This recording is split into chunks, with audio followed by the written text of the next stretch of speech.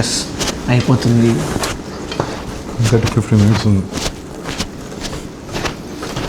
చెమటలు రావాలి హలీం చేస్తే.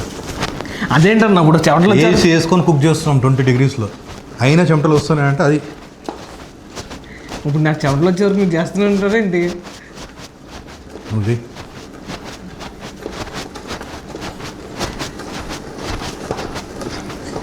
30 minutes కిందనే అయిపోయింది అన్నావు. 30 minutes నుంచి చేస్తున్నాం. ఇంతవరకు ఉండే ఎంత దిగింది లోపలికి? తక్కువైపోతుందన్న. అవును, తక్కువ కావాలి మరి.